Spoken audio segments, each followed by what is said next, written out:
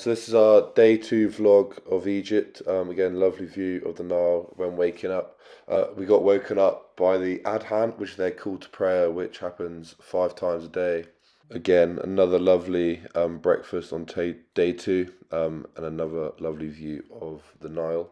So today we decided to go to Coptic Cairo, which has the Babylon Fortress, the Coptic Museum, the Hanging Church, and the Greek Church of St. George.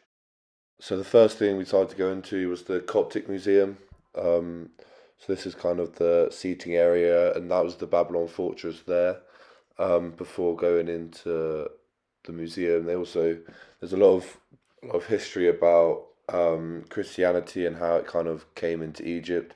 They also believed that there was a cave under Saint Sergius Church, also known as the Cavern Church, which was where Joseph, Mary, and Jesus stayed for 3 months after trying to escape the persecution from King Herod. You can go and see it, but unfortunately, it was closed for us to see on that day. So we're definitely going to go back and have a look at that.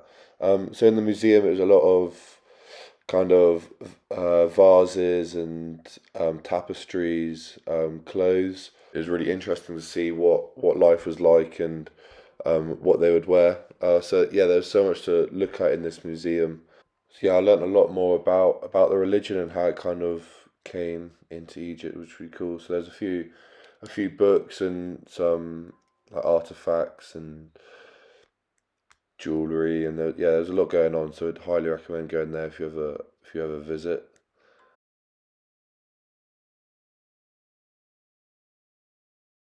So this was used to carry women pilgrims on their journey to Jerusalem. Um, it was tiny, so I didn't quite understand how they got in there, but they obviously managed to. So next, we went to the Hanging Church, which was really cool. It acted as a shelter for the messenger for God. It's also built on the southern wall of the fortress of Babylon. It's called the Hanging Church because it's suspended above a passage. So you kind of see people walking through, which is really interesting. So next we went to the St. George Church. It was built in the 10th century. It was destroyed because of a fire in 1904, and then it was rebuilt and finished in 1909. So this part was a bit like a shrine. So there's loads of pictures.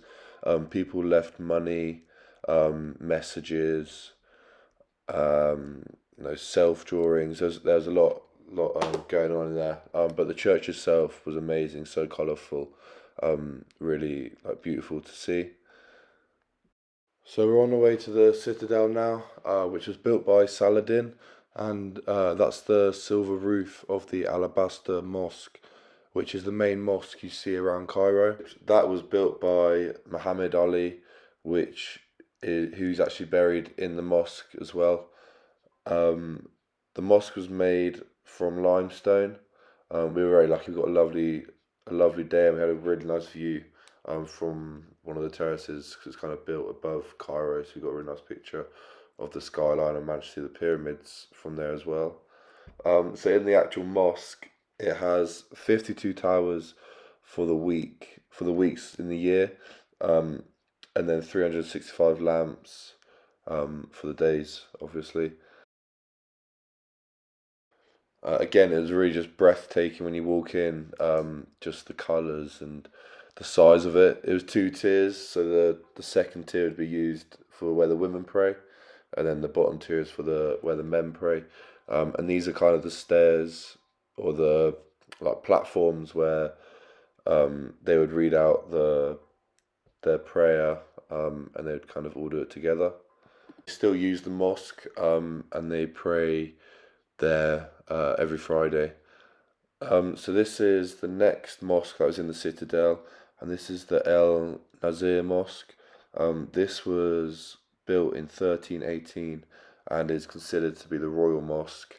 Again, it has the lamps for the days and the pillars for the weeks.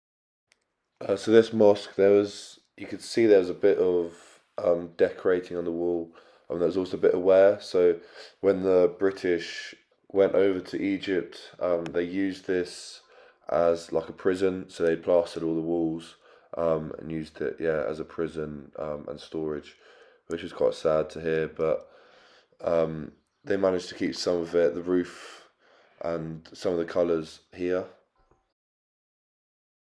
So this was the unbelievable view from the Citadel.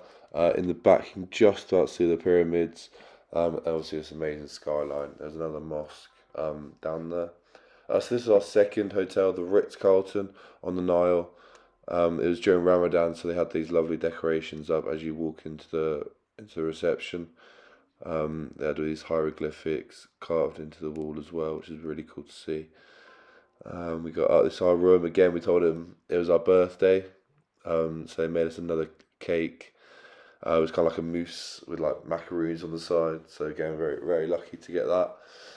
We picked the room with the view of the Egyptian Museum. So this is where Tutankhamun's treasures are held. So you can see his headpiece and his sarcophagus and all that stuff in there, which we did manage to see just before we went to Luxor.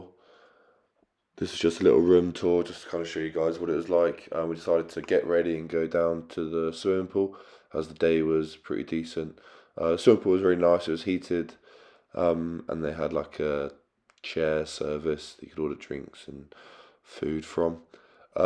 So in the evening, we decided to kind of wander out into the desert, and we found this Ghazal Al Reem village. So we had some Arabian tea, and they were cooking some like bread over hot stones. So we had some of that as well. And there was someone walking around with a falcon, which he let us hold, which is their national bird.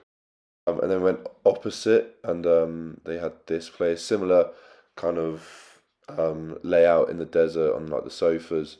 And this was definitely some of the best food we had out there. Again, we kind of said we just want to taste what Egypt has to offer. Just kind of bring out a few plates. So this is what they brought out. It was unbelievable.